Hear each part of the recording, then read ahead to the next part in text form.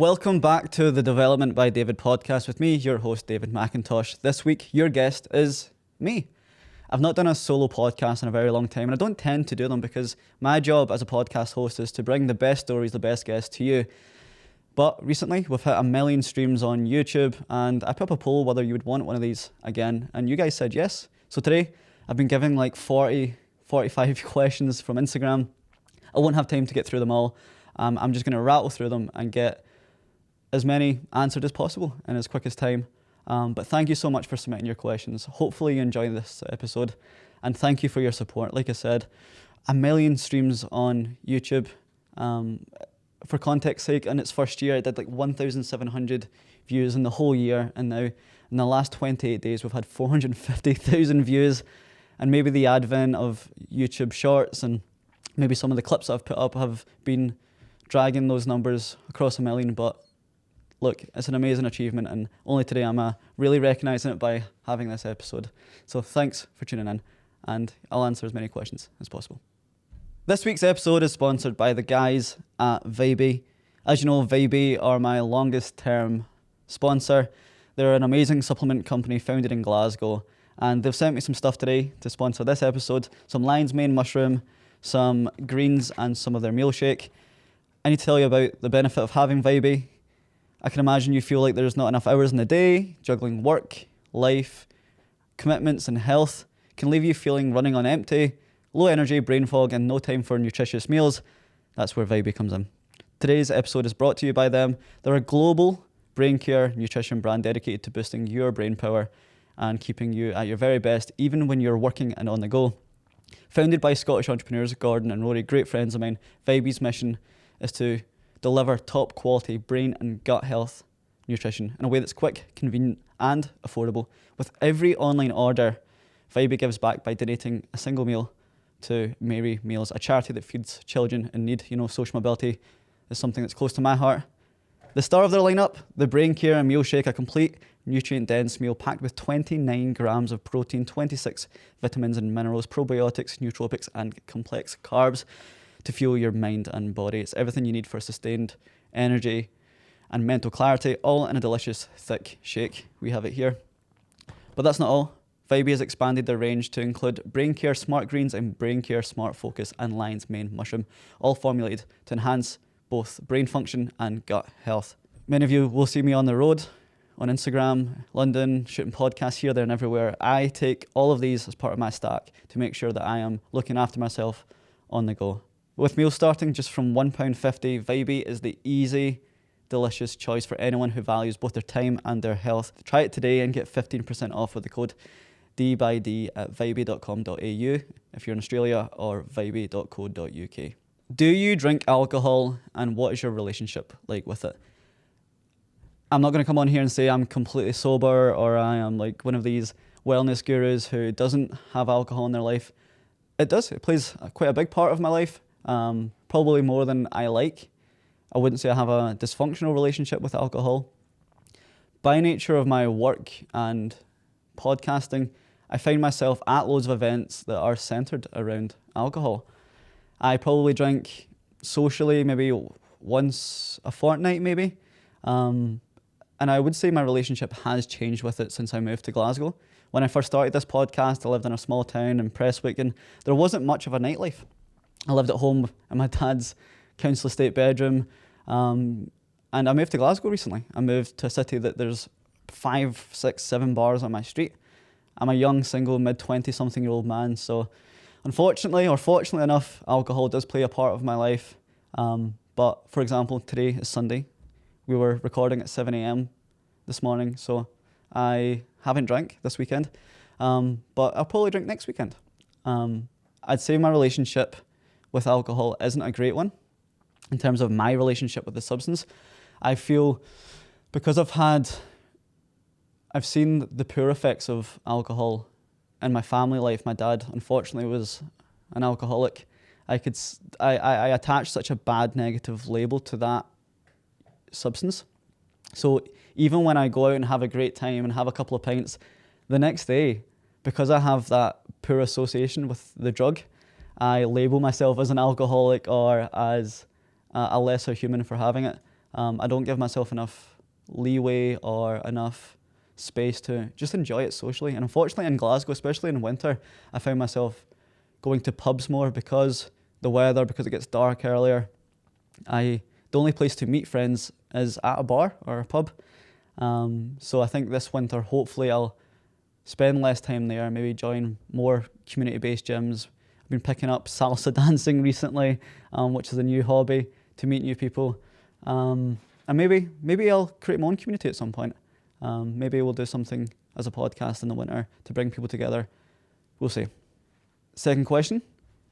What do you want for Christmas? Such a random question to get. What do I want for Christmas?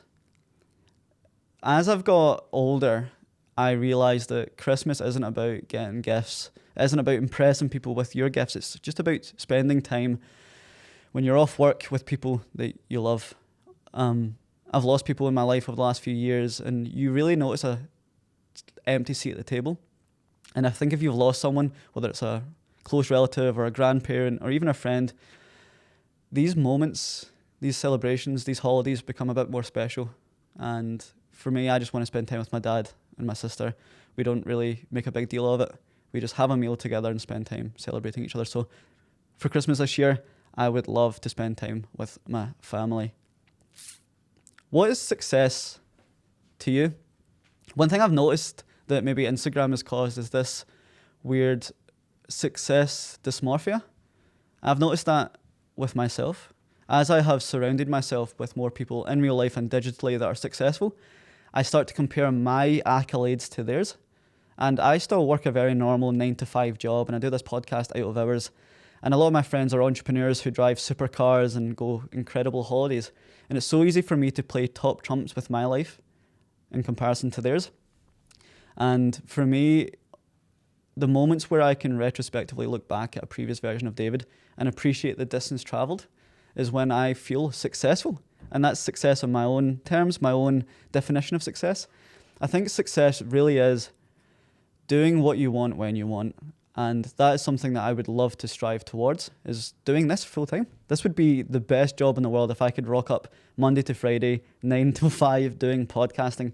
But that's not what it's at the moment. But I'm very, very grateful that the podcast has given me success that future and past David is proud of. To think that we have hit 1 million plays, 1 million eyes have been on the podcast, whether it's short form or long form content. It's amazing. That's success to me. And I need to not compare my level of success to the success that we see online or the success my friends have, and be the own definition of that. What dreams do you have for the podcast? Gosh, I think if I told or asked David 4 years ago what the dreams of the podcast would have been, it would have been things that he's already achieved. The Jimmy Carr episode, for example, or meeting Example, or Nina Nesbitt, or Nick Yaris from Death Row. All those little milestones would have been previous goals that David would say made him happy. And now that we're doing it almost on a monthly basis, if not weekly basis. So I think my goals for this podcast is probably impact. Just doing what I'm already doing at a larger scale. There's times where I find myself having a level of entitlement. I kind of bite down on my gum shield, grit my teeth a little bit and think, why have I not broke through yet? And the answer to that question is I've just not been in the game long enough. So I think the goal is to continue playing the game as long as possible until we get noticed, so it has more impact and reaches more people. The podcast has been like a weird Willy Wonka golden ticket to like crazy experiences like the Jimmy Carr episode or hanging out with celebrities. And I would never have said that that was my goal initially, and it's just happened as a byproduct. And hopefully there's more of that in the future, because it's so fun. It's such a rewarding experience. So yeah, I think just staying in the game, hopefully get noticed, maybe one day do it full time. But look, I'm happy that it's achieved what it's achieved so far. This is very much a hobby and I enjoy doing it. So I'm going to just try to continue to do it for as long as possible. What would you consider yourself being an expert at? I don't think I'm an expert at anything, to be honest. Even podcasting, one of the nicest compliments I get is about my verbal dexterity and how well I've improved my vocabulary and my ability to hold space for guests. But I'm by no means anywhere near an expert. I think an expert in the world of podcasting is probably a Joe Rogan, for example. I don't think there are many better hosts or communicators than him. And I'd say I've become a yellow belt. Well, after 100 episodes, I think you become a yellow belt. I've got comedian friends, Darren Connell, who's been on the show, and he says that he used to only book people or consider people comedians when they've done 100 gigs. And I think the same goes for podcasting. I think once you hit the 100 mark, you kind of own the space or begin to own the space. It becomes your podcast. Whereas prior to that, I felt that that it wasn't my space, and the guest was the special event, and I would kind of bow down to them, and I would never kind of enact any of my own opinions on the podcast. And after 100, I really felt that it was my space, my podcast, and the guest, by definition, became a bit of a guest, and I welcomed them into the studio. And very much still believe that they are the main focus, but I felt more comfortable bringing some of my experiences and insights to the podcast. So I don't think I'm an expert at that, but I have definitely improved, but there's a long way to go. Yeah. What do you want from your future that people wouldn't already know or guess? I guess many people might think this is my full-time gig because I don't really talk about my day-to-day life online as much.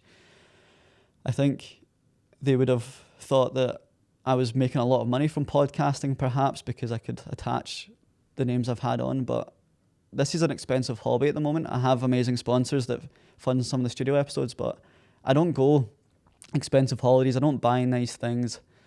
I rent a flat in Glasgow, and it's because most of my disposable income goes on podcasting when I can. What you don't see behind the scenes is that there's editors, there's thumbnail designers. I have to pay subscription fees for the pod, and I'm fine with that. I'm completely fine with it. Many people buy golf memberships a year to do their hobby, and podcasting is just mine. So I think people probably don't understand that is a goal of mine, to make this more self-sufficient, more self-reliant, and maybe one day become the full-time gig. But it's very difficult. It's incredibly difficult. So we're just doing as much as we can, one episode at a time, to make that happen. If you could speak to David 5 years ago, what would you tell him? It's so cliche, but I would tell him it's going to be okay. It's going to work out. I think 5 years ago I was struggling quite a lot. I was living in a place I didn't want to live in. I was living with people I didn't want to live with. I was just starting my career. Unfortunately, I just lost my mum, and I was quite misdirected going into a global pandemic. But I think that's fine to feel like that, given the circumstances.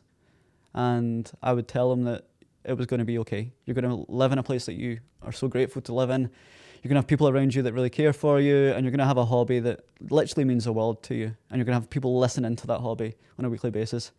But at the time, I was really anxious about how my life was going to turn around. I was probably kind of masquerading the symptoms of depression at that time as well. Probably had quite a lot of suppressed trauma, and having this podcast, speaking to people, meeting people, learning from people, has allowed me to learn all about the experiences that I've been through and make sense of it, and here we are through the other side. So I would probably tell him it's going to be okay. What are you doing and or not doing right now that older David would regret? That's a really good question. What am I doing right now that David would regret in the future? Probably not like totally believing in himself and finding ways to back what he loves to do. I think I always say on podcasts about this idea of the rocking chair cinema. It's just a weird concept I made up of, I think when I'm 80, 90 or 100 rocking a rocking chair in a care home, all I'm going to be is my thoughts and my memories. And will I want to replay the sensible 9-to-5 job that I had in my brain as my rocking chair cinematic moment? Probably not. It's going to be the struggle of trying to make this podcast a full-time gig, or trying to grow it to a point where it is revenue generating. It's probably that. I wish I believed in myself a bit more. I wish I took more risks. Because right now, being a mid-20-something-year-old single guy, renting a place, I'm not tied down by my financial constraints or my relationship constraints. I'm at the peak moment where I can go all in on something. And if it doesn't work out, it doesn't work out. It's a feedback loop to take the sensible route. And I think if I don't challenge myself doing this, I will regret it for a lifetime. Already I reminisce on some of the moments of the podcast, some of the places it's taken to me and the people that I've got to meet. And I'm doing that right now as I'm doing it. I can't imagine how important these moments will be for me later on. What else am I doing right now that David would regret? One thing that I don't focus on in my life is, it sounds so crass, but like romantic relationships right now. Because I'm so busy and focused at work and on the podcast, it's just one thing I've kind of disregarded for the time being. And I was thinking this recently. I could make time for it if it meant a lot to me. I could prioritize it if it meant a lot to me, but I'm not. And I realized, what's the point chasing the carrot on the stick if you have no one to eat it with? It's been really nice that I've been able to share some of these moments with friends and even brought my sister on the road to some of the episodes. But I think if I were to do this as a full-time gig in the future and it were to become the full-time thing, getting to that point and having no one to share the journey with, that would be quite lonely. So I think maybe I might regret that. But right now, all my energy is going into both my work and my podcast. I just don't have time for it. It's not been a priority for me. And will I regret that? Perhaps. But perhaps doing this will take me to new places where I get to meet that person. So I don't know. What's the biggest lesson you've learned from podcasting? It's a really good question. I think the biggest lesson I've learned from podcasting is that all stories hold merit. I think as a new podcaster, which I am, you try and attach your self-worth or your podcast worth to the biggest names that you have on the show. And of course, I've name dropped on this podcast and I'm always posting clips of the most famous guests I've had on. And one thing I've realized is that there's just as much to learn from the normal everyday stories. If I look at the top 5 episodes in terms of listens per episode on Spotify, it goes Jimmy Carr, Rory Sutherland, and then David Galbraith from Glasgow and Stephen Beattie from Glasgow, and then a guy who's like a online YouTuber that with not many followers below that. And I think it's those relatable, close to home stories that really attract community on my podcast, because they kind of relate to the stories. They can share the experiences that are told. So one thing I've learned is that it's a gift to have a story. It's a gift to be able to share it. When I did my 100th episode, when I was the guest and someone hosted me, I didn't realize how much of an occasion it is to come on a podcast and share your story, and how difficult it can be to almost verbally write your autobiography. But yeah, I think that's the biggest lesson I've learned, is that all stories hold merit. And also, maybe not to over fetishize success stories. I think I've learned more from the stories of failure and turmoil and hardship, because successful people rarely turn back and excavate the reasons to why they were successful. They were too busy being successful. I don't think it's a good question to ask a happy person why they're happy, because they're too busy just marinating and being happy. But if you ask someone whose business failed, whose relationship ended in divorce, or whose investment portfolio failed, they'll probably have an answer to why every single moving part of that did not work. If you look at a boxer who lost his fight, they will watch game tape of every punch, every footstep in that fight. And I think I've learned so much from some of the guests who've had really hard stories, because they were able to articulate why that happened. And I think sometimes greatness isn't about greatness itself, but the avoidance of stupidity. And those stories are some of the best examples of that. What made you fall in love with podcasting? I think how meritocratic it is. When I started the podcast, not to marinate on my own social mobility story too much, but I didn't have much money to start something that was really creative. Like starting music, for example, you would need the software, you would need mixing decks, you need the instruments, you would need the microphone, and to get that to people, you need to distribute it through maybe live performances. You would have to sell tickets, perhaps. There's quite a lot of capital needed to be a musician, for example. But podcasting, all I needed was a microphone and my laptop and my voice. I think that's what I loved about it, that really anyone who's willing to put in the work, in which there is a lot of, can make it. yes, like the nice cameras and nice lighting probably allows it to reach more people and look nicer, but it didn't start like this. And I think I fell in love with that. I also fell in love with storytelling and stories. It's just so beautiful to hear someone connect on commonality. I think the closest distance between two people is an origin story, and I've just fallen in love with learning about distance travelled. I think if I look at all my friends and all my contacts, even Paul and Andres who are in the studio today, we all have very different backgrounds, like wildly different backgrounds, different generations, different locations, but we're able to connect on it. And I love being able to do that on the podcast, I think. YouTube podcast stats have went nuts. Where are we at with it and how did it happen? Yeah, it has went nuts recently. I think we're probably at like 1.2 million on YouTube. But I think that's just because of the types of guests I've had on and the way I've clipped it up. I've made very compelling short form and long form clips, and that's reached more people. Like I said, in the first year, we did like 1,700 plays. Second year was 19,000 plays. Third year was 50,000 total views. And then in the last 28 days, it's been 450,000 and like, yeah, way over 1 million now, which is awesome. But I want to grow the Spotify a bit more. I want to grow the Spotify platform because I think it's easy to dip in and out of YouTube, whether it's shorts or long form content. I think a proxy for success would be having the same on Spotify, and yeah, we're nowhere near that. But I had a meeting with the UK head of podcasting for Spotify recently, and they're investing in the platform heavily. They're investing in podcasting heavily. So I'm sure the infrastructure will support the growth that I have in mind for Spotify. Is podcasting full-time possible? I mean, doing anything full-time is possible. If you really care about something, you're really interested about it and you're willing to put in the yards, you can probably monetize anything. It is probably a misconception that every podcaster is doing it full-time. There's probably a survivorship bias in the industry whereby you see the Diary of the CEO, or you see Modern Wisdom, or you see Joe Rogan or Tim Ferriss or Call Her Daddy and think that everyone else who has a podcast is operating at a similar level. No, they're not. There's disproportionate rewards. Most of the cream rises to the top.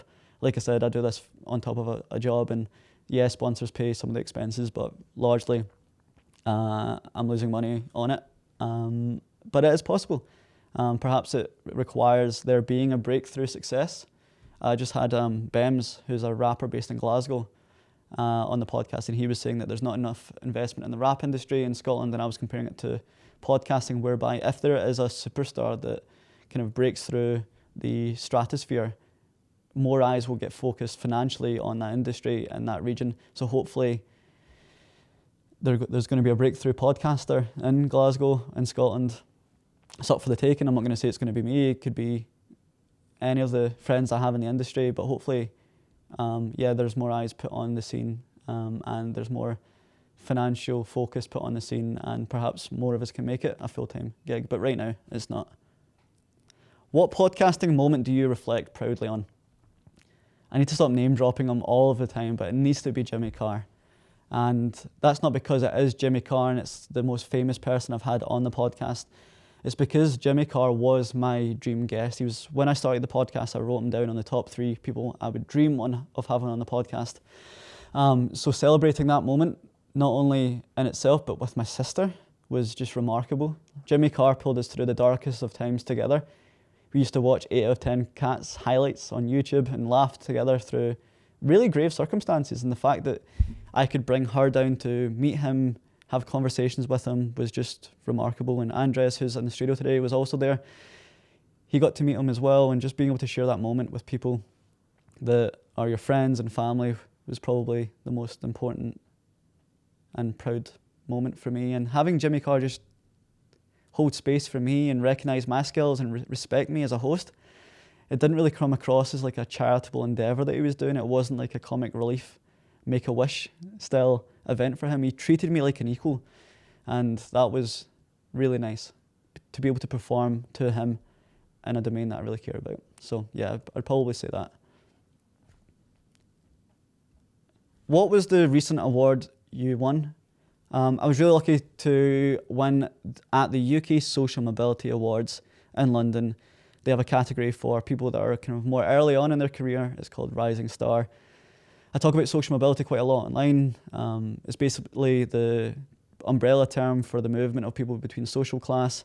My definition of it is the amount of ease or friction between an individual and their awareness and access to opportunity.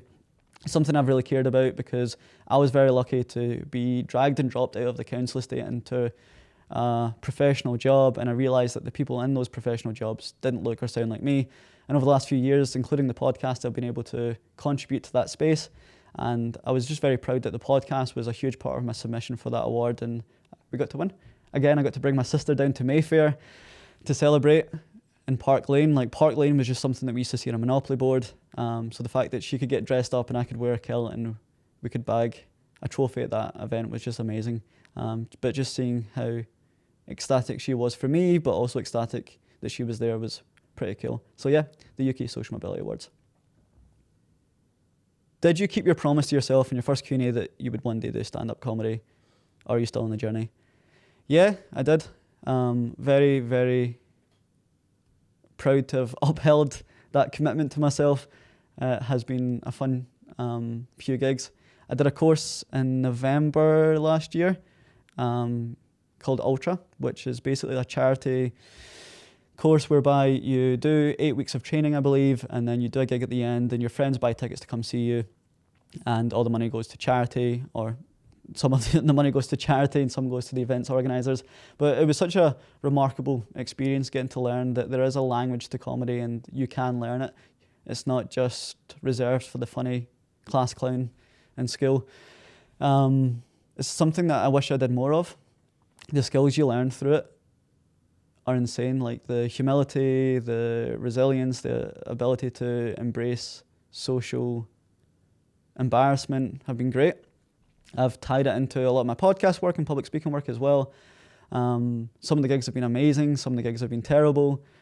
I've been okay in some gigs, I've been terrible in others as well. Yeah, it's been fun. I'm trying to think of highlights and lowlights from trying stand up. Been able to do gigs that I previously went as a punter to. Red Raw at the Stand. If you're in Glasgow, you've probably been. It's their iconic new material, new act night on a Tuesday. If you don't know the Stand, it's probably the hallmark of comedy in Glasgow. I've been able to do that a few times. That's been great fun. Previous guest, Darren Connell, good friend of mine and good friend of the studio. He runs his Funny Bunch, which is a great gig in Glasgow, and that's how I got introduced to comedy, through going to his gigs and being able to be the middle spot in one of them were great. I also got to perform at a huge theatre in Middlesbrough, or in Stockton, called the Arc Theatre, at a show called Beat the Gong. There was a good few hundred people at that, like a 2-tiered theatre. Getting to perform to that many people was great. It's been brilliant. I hope to do more of it. But there's some amazing people in Glasgow. I think Glasgow is the best site for comedy. I've made some amazing friends, and hopefully we'll gig more with them. But yeah, I've continued to do it. What was the Gymshark speaking gig like? How did it come around? And what was Gymshark HQ like? That was one of the best days of my entire life. I was such a little kid in a candy shop the whole day. My foray into YouTube content was watching fitness influencers online, maybe 10, 15 years ago. And most of those influencers were getting spotted by Gymshark, because that's when they were just kind of taking off online. They were like the first fitness influencers, so like Jeff Seid, David Lade, Matt August, if anyone remembers them. And I used to watch all of the Gymshark behind the scenes stuff. I watched the video of Ben Francis opening Gymshark HQ. So being able to go down and be a public speaker there was pretty cool. Really, really cool. Felt a huge sense of imposter syndrome. How did it come around? Episode 2 of the podcast, or 5, I can't remember exactly, I interviewed a gentleman called Graham Eaglesham, who did this online project, I guess, whereby he would post every single day until he became a Gymshark athlete. And he did. After 1,000 days of consistency, he became one of their sponsored athletes. And I thought that was such a cool story because I love Gymshark. And I interviewed him on his story. And a gentleman followed me at that moment in time, and he was an employee at Gymshark. He was their head of performance and culture. Shout out Ad Davies. And he had followed my journey for 3 or 4 years, and in July 2024, I got a phone call from him saying, David, we're ending Gymshark's financial year. I would love for you to be their guest speaker for their last day. And of course, I jumped at the opportunity and said yes. And flew down to Birmingham and went to Solihull to GS HQ, and got to work out in their lifting club, an absolute fantastic facility. Got to eat at their canteen that I've seen online, and got to present to their staff about origin stories on the journey that I've been on. And that was a true full circle moment. I got to capture it all. I've got the whole talk on camera. I should maybe post it one day. But yeah, it was awesome. But the way it came around was because he had watched me put the reps in over the last 4 years and thought that the story I had to tell and the podcast was inspirational enough for Gymshark, which is so insane because they were inspiring to me. So got loads of free gifts and got to, visit GS HQ. What was it like hanging out with Example? Is he a good guy? That Example episode was awesome as well. Got to shoot it here in the green room, well, not this facility, Paul's old studio. And Example was some laugh. That was probably the first pinch me guest moment in person. Everyone remembers like kickstarts and Change the Way You Kiss Me, and it was just so bizarre seeing him in Glasgow cutting around the Tesco. Actually, on the same day, he came to JD Gyms, which is a commercial gym in Maryhill, and I got him a bunch of free day passes. And he, a celebrity in his own right, best-selling artist, was in Maryhill in Glasgow at a JD gym. It was insane. But he was a great sport, great laugh. He gifted us a bunch of free tickets to his gig, and I got to hang out backstage with him and some of his kind of Scottish famous friends backstage. I got to bring some friends there and see him crush his gig at the O2. That was really cool. Becoming friends with people that you would see on TV or admire was pretty awesome. Really great guy. Shout out Example for coming on the podcast. Best and worst heckles you've received at stand-up comedy. As a newer act, you don't really get heckled much because usually the people that run the gigs kind of preface the environment so that the audience is really respectful. So I've not really had many heckles. I guess the only one I have had was when I was in Middlesbrough in Stockton-on-Tees performing at Beat the Gong, and Scotland were in the Euros at the time and they were playing Germany that night, and if anyone remembers the score, I think we got beat 5-1. And I set up a joke to say it's a good time to be Scottish, we're in the Euros. And at the exact same time, the audience started heckling the live results at me. So they're shouting 2-1, 3-1, you wanker, 5-1, you prick, literally shouting at me on the stage.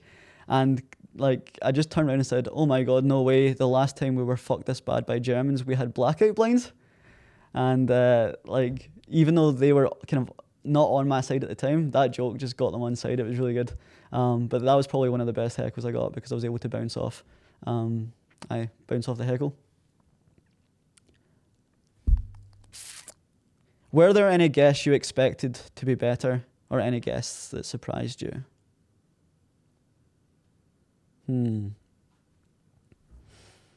That's a really good question. I don't think so. I don't really have an expectation of how the conversation is going to go.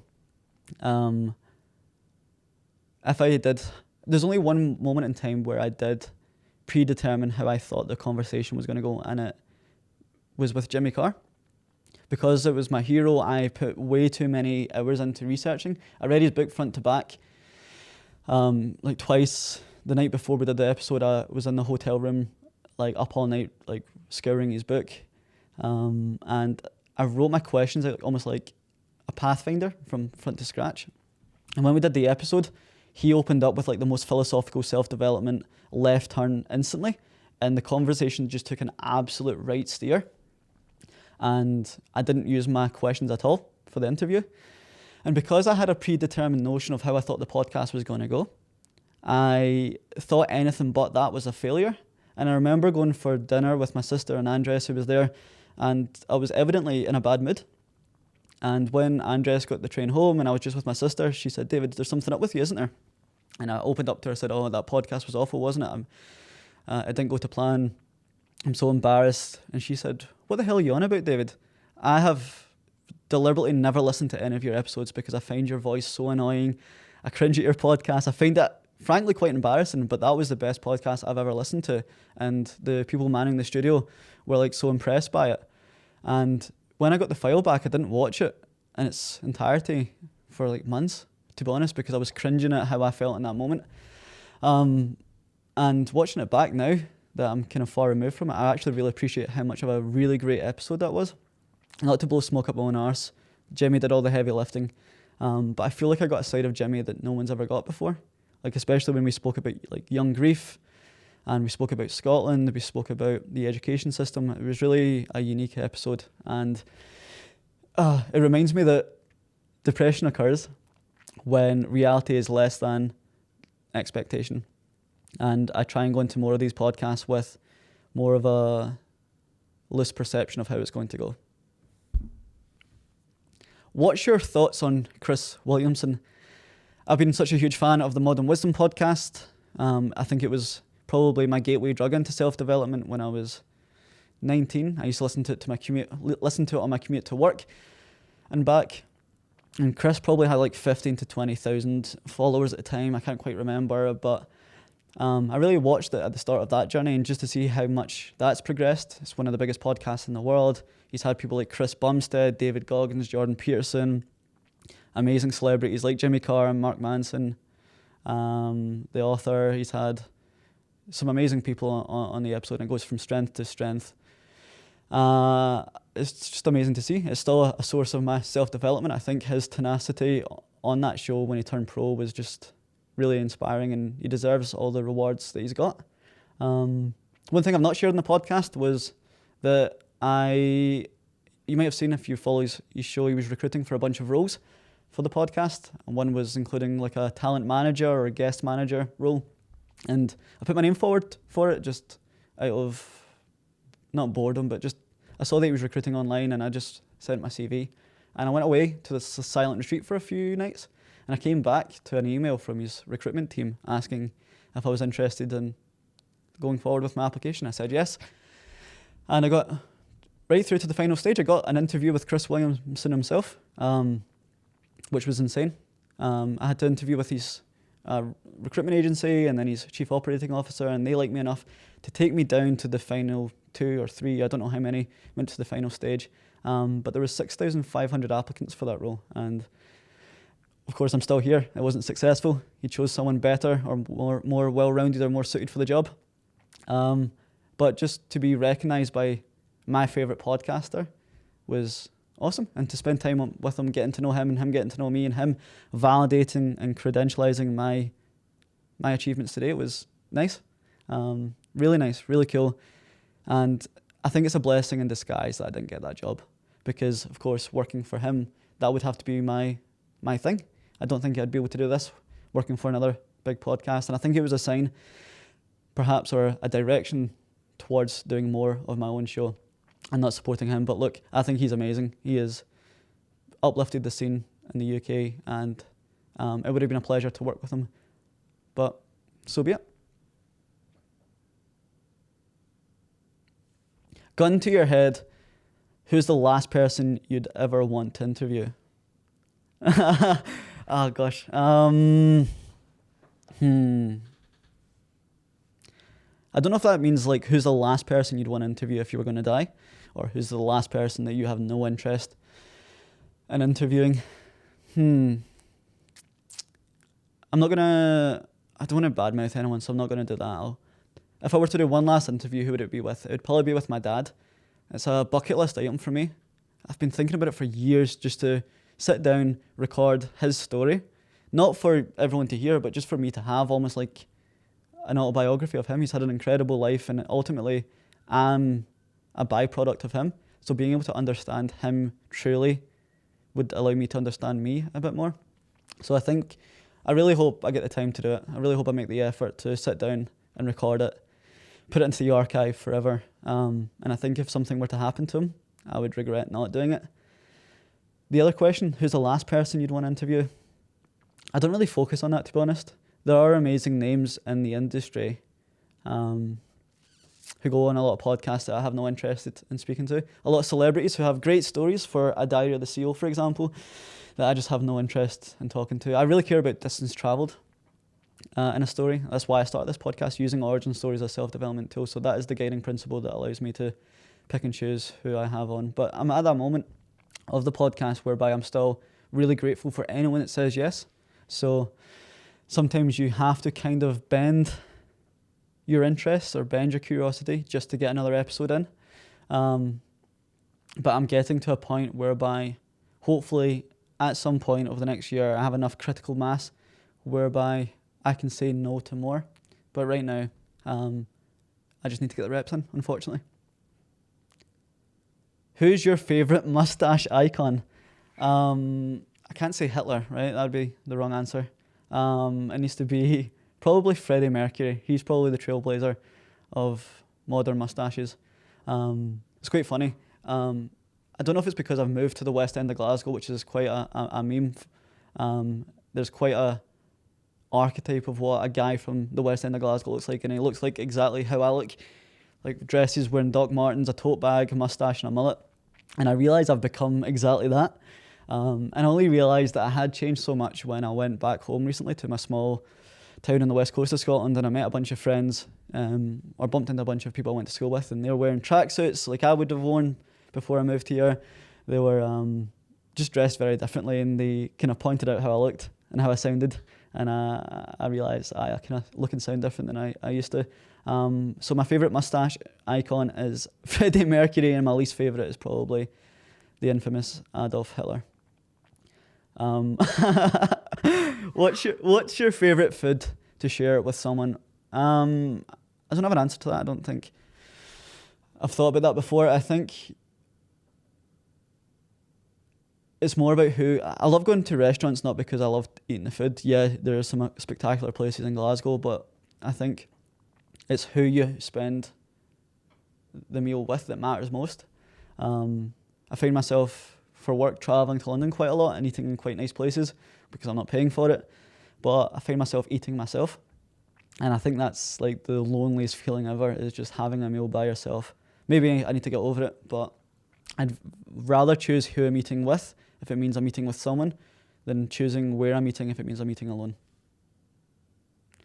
What's something you're currently suffering or struggling with that no one would know about? Probably crippling feeling of no direction. I don't know what the next couple of years looks like for me. I don't know what I want to do. I don't know where I want to be. And it keeps me up at night. I think as a byproduct of getting more really exciting opportunities, which are a complete privilege and I'm so grateful of, and I realise I'm singing almost hymns from a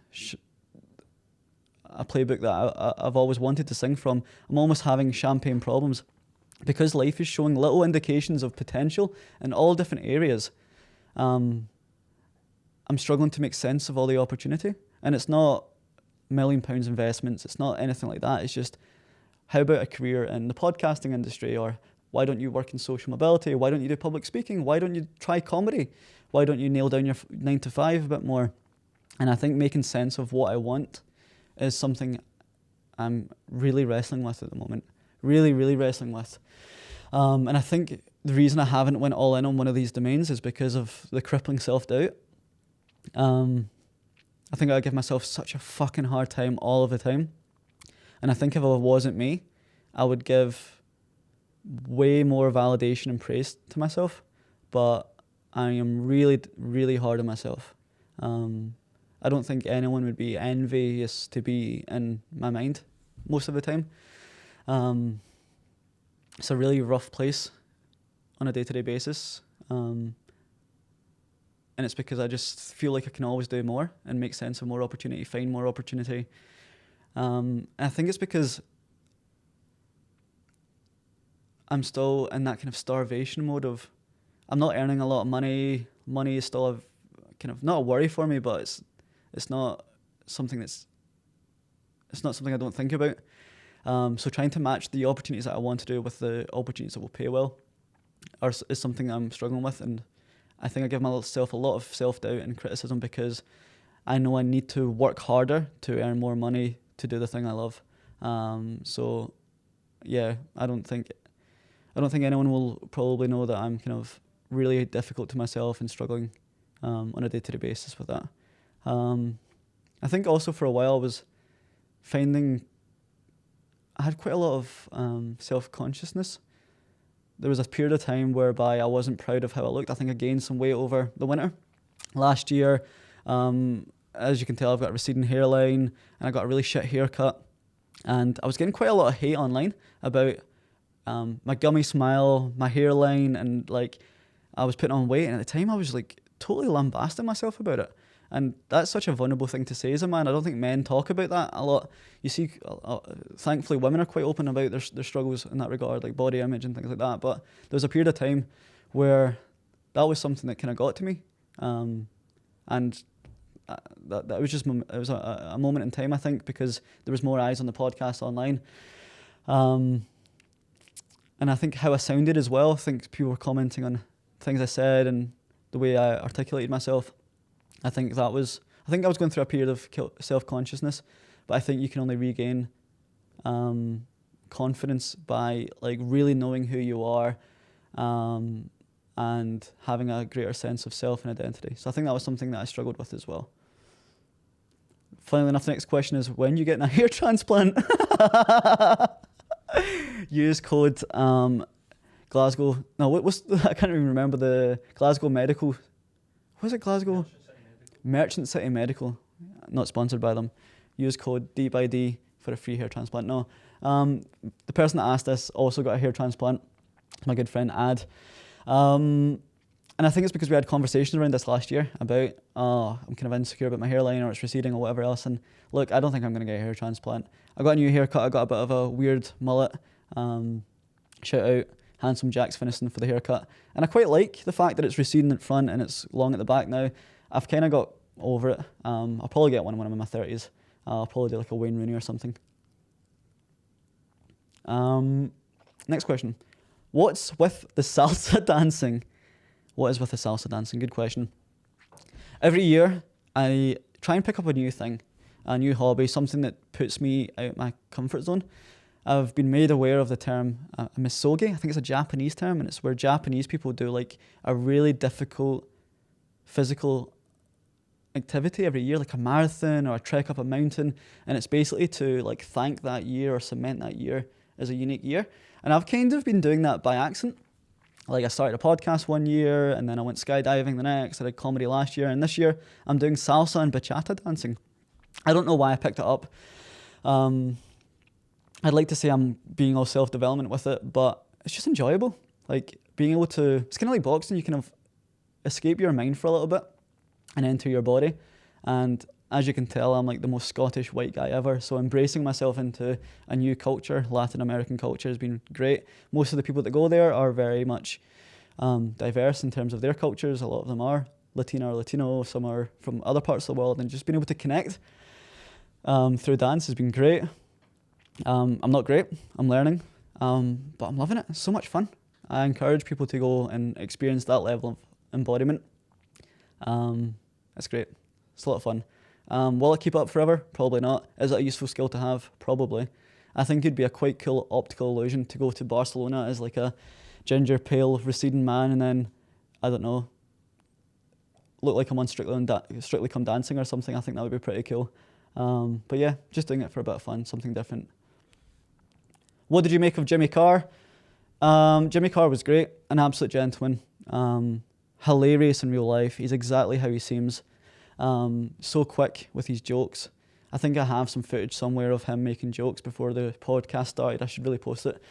Yeah, he's exactly how you think he is. Really funny story is when we arrived at the podcast studio, he wanted to look at the premises because it was up for sale. It was a comedy club.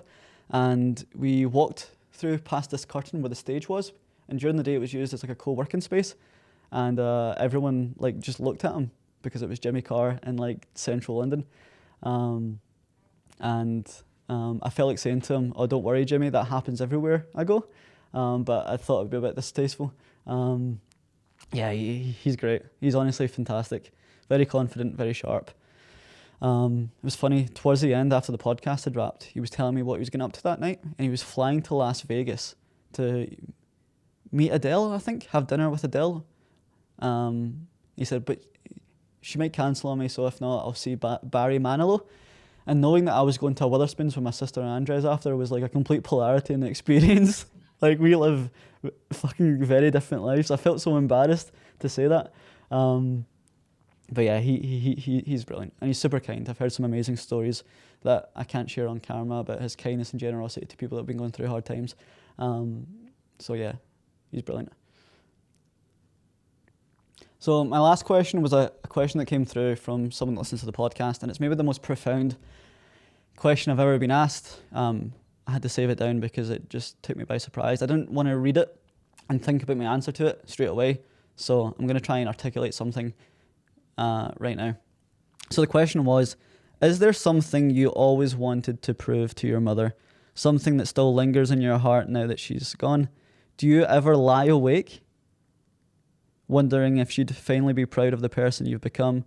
Or do the unspoken words and unresolved moments still echo in your mind? Have you found any peace? Or does part of you still grapple with the weight that will never be? What a fucking question. Holy shit. Gosh, I really don't know what to say to that, to be honest. So well thought out. Is there something I've always wanted to prove to my mother? One thing I regret doing is not doing any sort of therapy after that moment in time. Like, that was the hardest thing I went through. And to combat it, I just threw myself into this.